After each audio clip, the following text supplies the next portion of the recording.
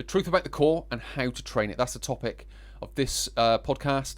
So we're going to be going through a series of questions. We're going to start off with what is the core, how does it function? Then we're going to sort of delve into more specific parts of core training. Where do you start? How do you progress? What types of exercises should you be doing? How does lower back pain fit into all of this?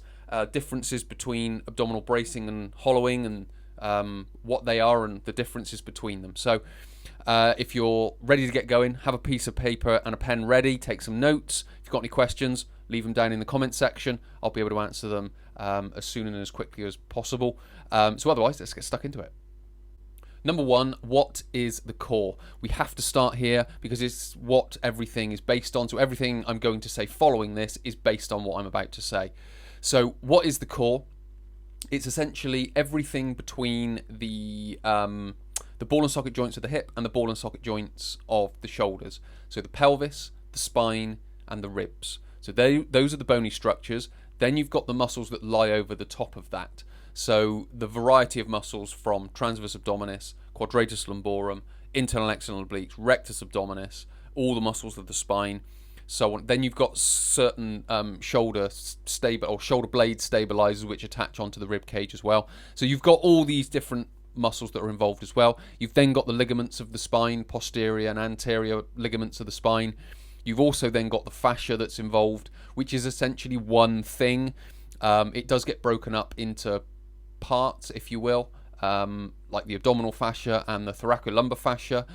Obviously, they're on opposite sides of the body, but they are still of the same unit or material. They are the fascia that basically just goes around and in between all of the muscles. So the fascia of the torso is essentially the wrapping or the suit that goes around the torso, and then the muscles just sit within that. So we have to understand it as one unit, and that's going to be a big part of what I'm going to talk about, which leads me on to question number 2, which is what is the function of the core? So we can understand the function of the core by understanding the function of the limbs. So we're going to break the body up into 2 parts of torso and limbs. So obviously we have 4 limbs, 1 torso.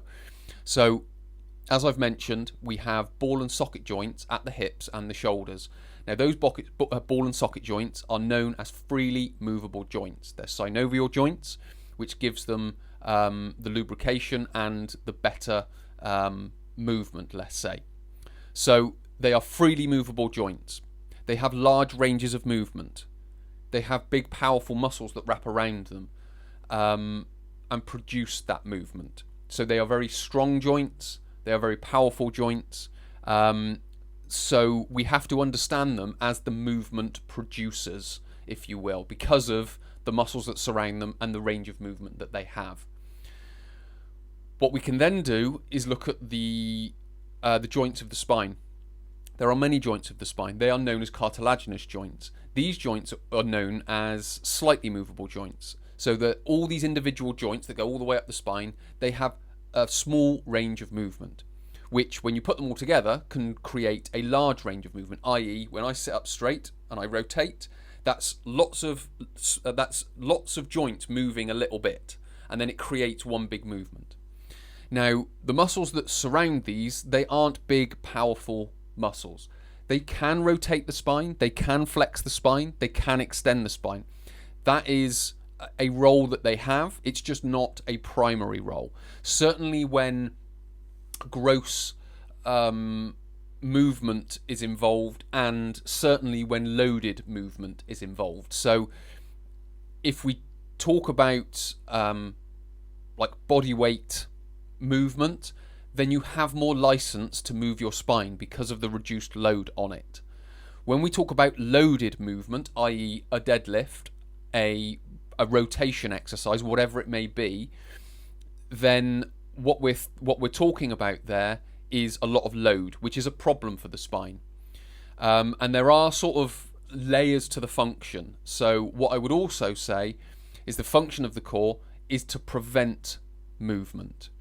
Now, if we look at a deadlift, for example, we would maintain, let's just say, a neutral spine. Very controversial topic, I know, but Just stay calm and work with me here. So heavy load, maintain the neutral spine. When we lift, we want to lift through the hips, so the glutes. Then we want to be able to lift the bar from the floor and essentially stand up straight. So the movement is produced by the glutes and the hamstrings. They extend the hip and the body comes upright. Now, the muscles of the torso are there to prevent any movement whilst we are going from this sort of, let's just say, sort of 80 degrees. So if we're 180 degrees here, stood up straight, we're 90 degrees straight over, we may be at about 110 degrees when we're in the deadlift.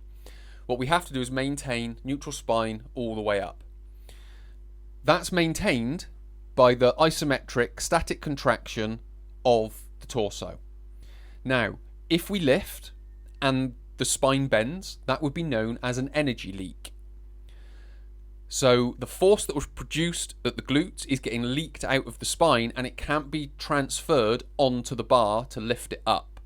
So we then have to compensate somewhere else to get it up.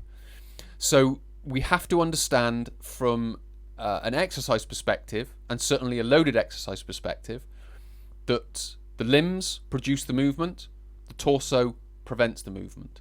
If we then move on to a sporting movement, like a throw, so it might be a pitch in baseball, it might be bowling in cricket, it might be throwing, it might be American football throwing, whatever it is, but a throwing movement. As a general rule, though that the power in those throws are created at the hip. Now, we don't need to maintain the neutral spine all the way through it, because what starts to happen now is a pulsing effect. So as we initiate the elasticity part of it, so as we wind up for the throw, there is an initial contraction, then it will begin to relax a little. When we then get to the back of the winding up phase and it comes through for the throw, there will be another contraction and it will start to relax again. And then when we get to the end, it will contract again. So there is this contract, relax thing going on in the torso. When it starts to relax, it can allow the movement because there's less load on the spine, so the spine then can move. But when it goes through those important parts of the wind up and then the sort of the throwing element to it, there has to be these contractions because that's where we don't want the energy leak. So we have to understand the different functions of the core as we go up through different types of movement. So that in some respects is a bit of an overview of the function of the core, which should help you understand the differences, because movement isn't always the same and the body isn't the same within movement, as I've described, within like a deadlift exercise or a squat exercise or a press exercise or a pulling exercise than it is to a dynamic throw, for example, because they're very different. There's a lot of speed involved in throwing. There's a lot of force and strength involved in a deadlift. So again, the movement parameters change and how the body needs to work changes. So it's not just a one size fits all that the spine can bend, it should bend, we should lift with a bent spine, so on and so forth. I won't go into the mechanics of the spine because that's not for this podcast. We're talking more about core strength, core stability, core endurance. So that then leads into talking a little bit more about exercise as a whole, and should the core be trained isometrically? If I've got my questions up here, so I'll be looking up here just to review them. So should the core be trained isometrically without movement or dynamically with movement? So isometric exercises are static exercises. An isometric exercise you would have possibly done before: a plank, a side plank, a bridge, something to that effect. So should we be doing it isometrically or statically, or should we be doing it dynamically? We should be doing both. And there are physiological benefits and psychological benefits of that, or physical benefits and mental benefits from that, which I will explain. And there is sort of a structure and a strategy and a way of progressing, which we'll talk a little bit more about in another question. But essentially, we start isometrically and then move into dynamic. Why do we start isometrically? For the very simple reasons they're simple exercises. Why do we want to do simple exercises? Because we don't want to be thinking about too many parts of the body, because a beginner's brain doesn't have the bandwidth. When I work with people in a gym, I will often ask people, where did you feel that working? And if we've done a big movement, fast movement, they will probably say, I was just trying to get the weight from where it started to where you wanted it to me to get it. Which tells me all they're focused on is weight going from A to B. They're not thinking about, how is my body actually doing this? What is the position of my spine? What is the position of the hip? What is my knee doing? How am I turning on my foot? What are my shoulders doing through that? How are my hands on the handle or whatever? They're not thinking about all of that. They're just thinking weight A up into B. And how that gets there, as long as the weight gets there, I'm good. Now, if we start with isometric exercises, very simple exercises, takes a little bit of bandwidth, not a lot of mental processing to think, okay, this muscle's working and I can feel it there. Everything else is completely static. As we then move up, we would then add bits of movement into that. Okay, we might move a limb. Okay, so I can think, okay, I can feel my torso muscles working, and as I move my limb, I can focus on just moving the limb and not my spine. So we've got that element to it. Then, once we've got one limb moving, let's move 2 limbs.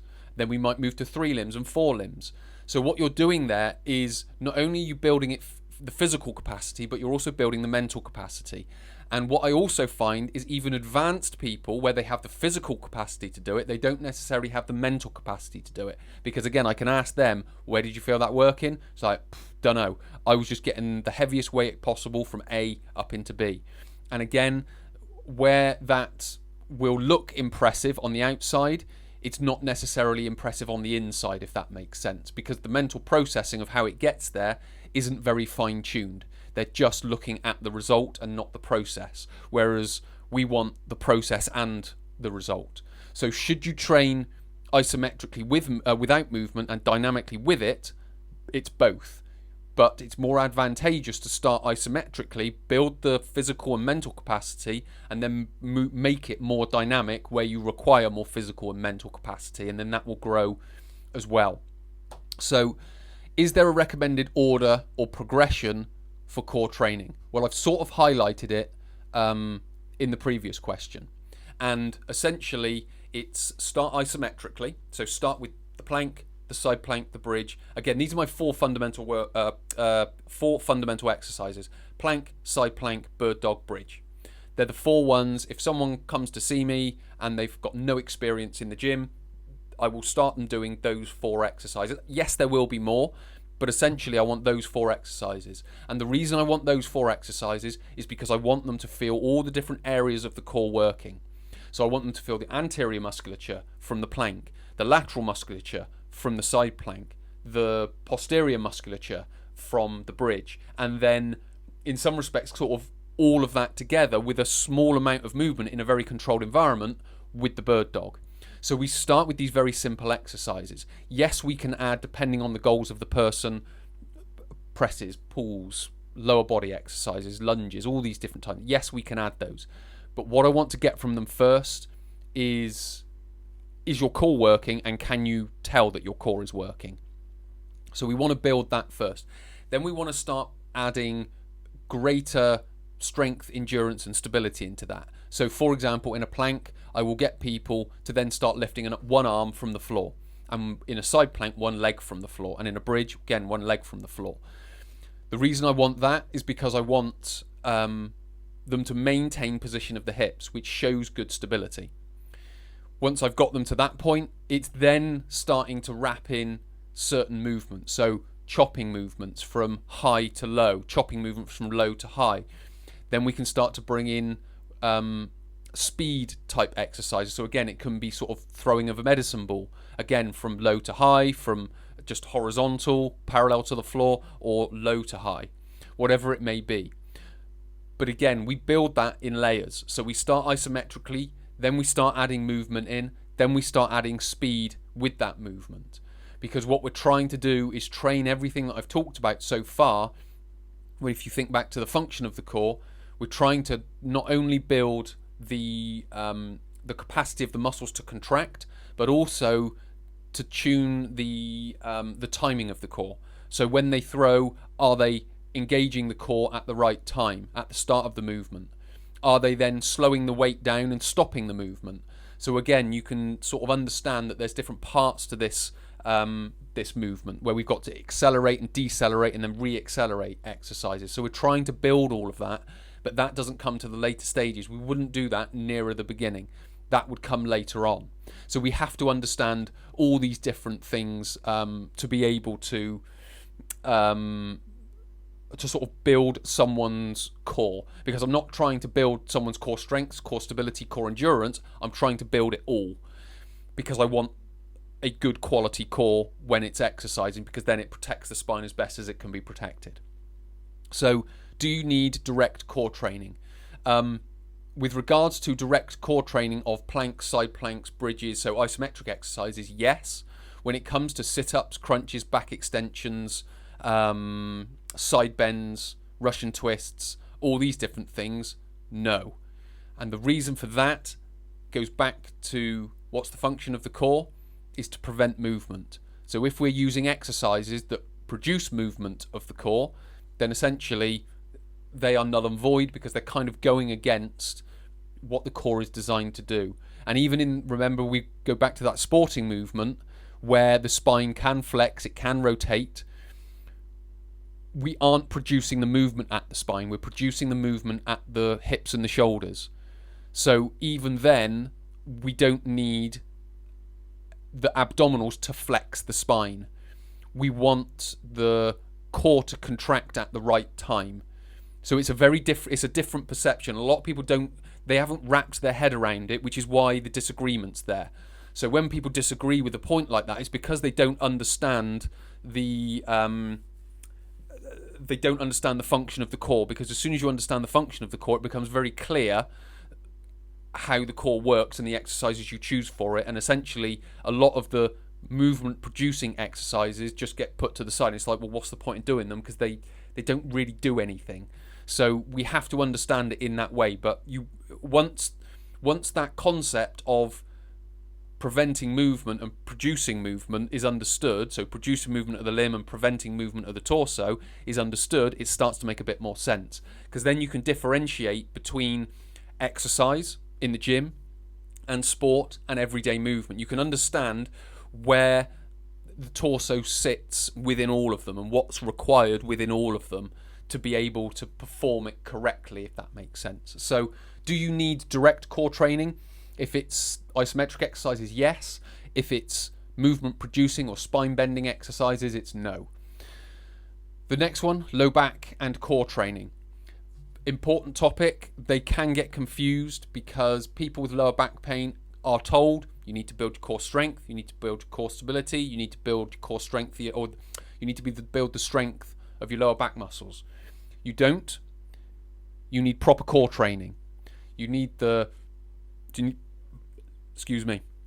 Certainly when in the initial phases, you need to remove the trigger of the pain. If you can start to understand that and remove that and reduce that, you can then start building in the core training on top of that. And again, that goes back to knowing where to start with the exercise. But again, as a general rule, it will start with isometric exercises.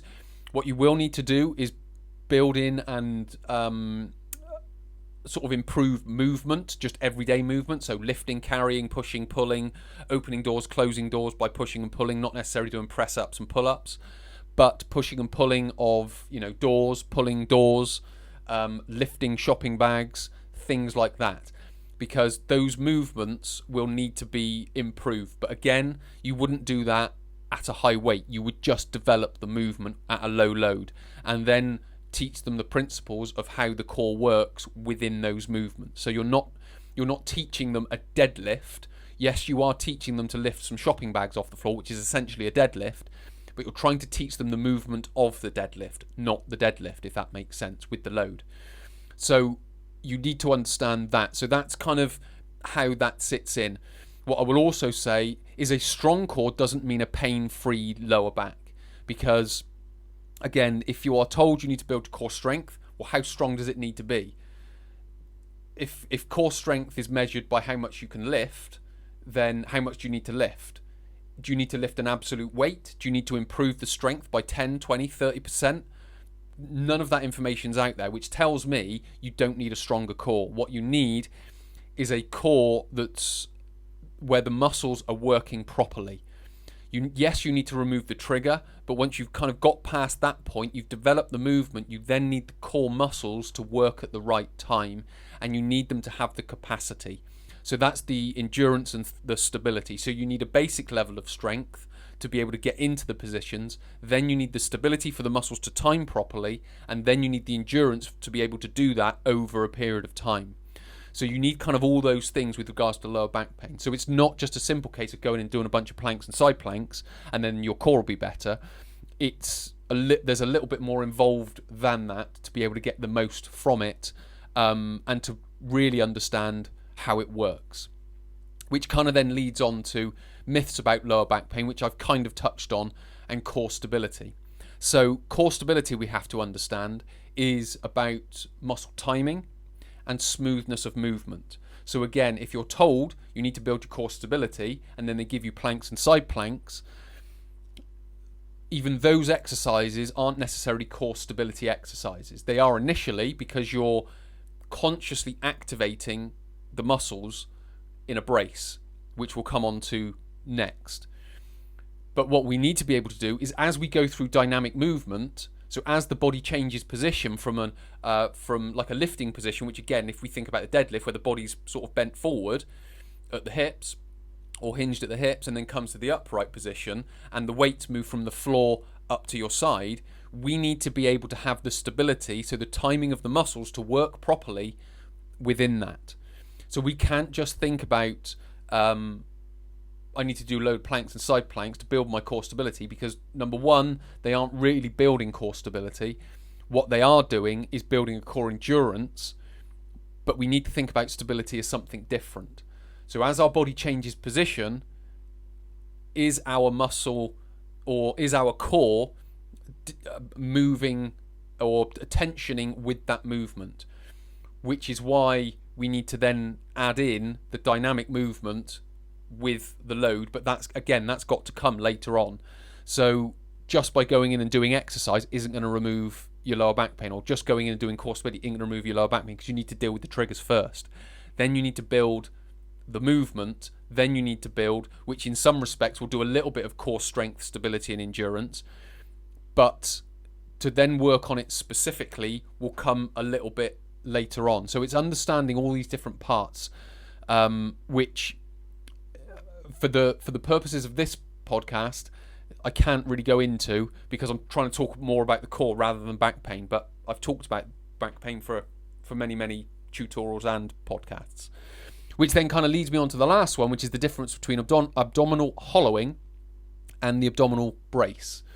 So abdominal hollowing, very popular, used a lot in the sort of the Pilates and yoga sort of sphere of fitness, if you will. It doesn't really do anything. When you suck your navel in, you're not really supporting the spine.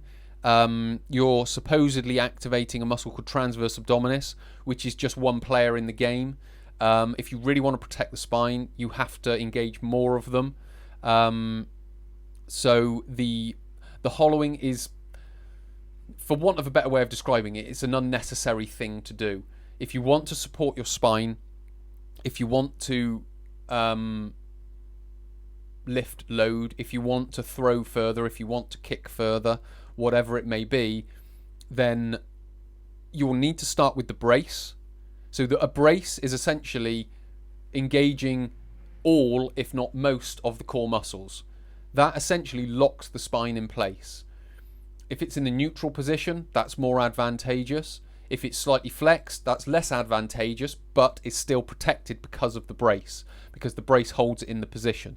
If it's flexing and then extending without brace and under load, that's not a very advantageous position to put your spine, or to use your spine. So a brace in the neutral posture is most advantageous, because load is spread throughout the passive tissues more evenly. And then as you then add movement into that, from the hips, that is, it supports the spine that much more. So essentially the brace locks the spine into position. So you put it in neutral, you brace, you lock it in position, then you can go through the movement. If you're going through something more dynamic, more powerful, more sort of sport like a throw, as I've described, then it comes then down to that tuning. And the tuning is the stability. So when it goes contract, relax, contract, that's the stability.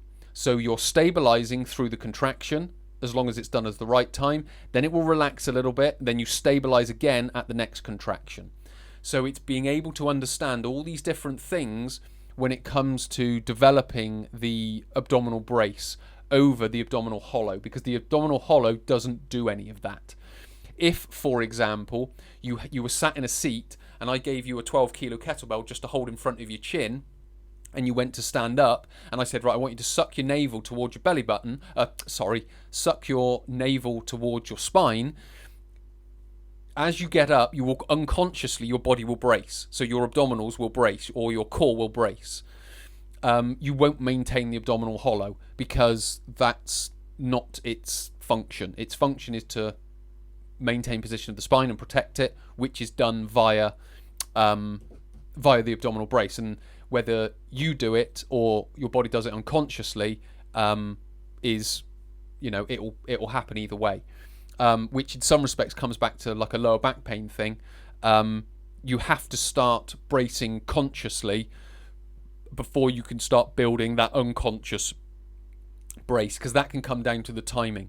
If that timing is slightly out, it's going to cause a problem. So we have to pre-brace to be able to maintain the position of the spine. So it's very important that the bracing happens, that the neutral spine happens, that the movement from the hips happen.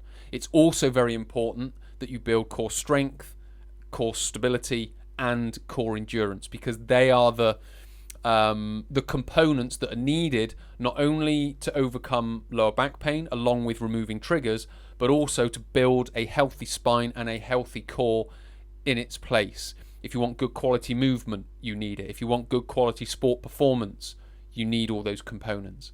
So it's about developing that, and that's done through what I talked about earlier, which was building from that isometric plank, side plank, bridge, bird dog scenario, building some stability by lifting a limb, and then building in the movement, and then loading that movement, which comes down to, I'm sort of now going back in reverse, the function of the core, because the spine is there to prevent movement, not produce it. That's there for the limbs. And then we understand that because of what the core is. The core is a slightly movable joint, cartilaginous joint that doesn't have a lot of movement. So again, you can start to see the muscles that surround it as well aren't big power producing movements. They are the muscles of the limb. So I guess what I've tried to do is go full circle. So I've started from the start point of what the core is, gone all the way through that, and come back to essentially just link the whole thing and in some respects make it a bit more congruent for the people that are trying to watch this to make sense of it all, because it is a new sort of paradigm in exercise in the core. Because as I mentioned before, when you get that, a lot of the exercises that are done in the industry become null and void, and it's just like, well, they're just not necessary. They're not of great benefit to me. Therefore, I may as well just stop doing them. So that, I guess, is the summary, and I could waffle on for longer, but I won't. So that is the truth about the core and how to train it. So hopefully you found it helpful. If you have any questions, leave them down below. If you've liked this podcast, hit the like button. If you've learned something new, hit the thanks button. If you want to watch more of these videos, hit the subscribe button and the bell icon. You'll be notified when the next one comes through. So many thanks for watching. My name's Chris. I'll speak to you soon.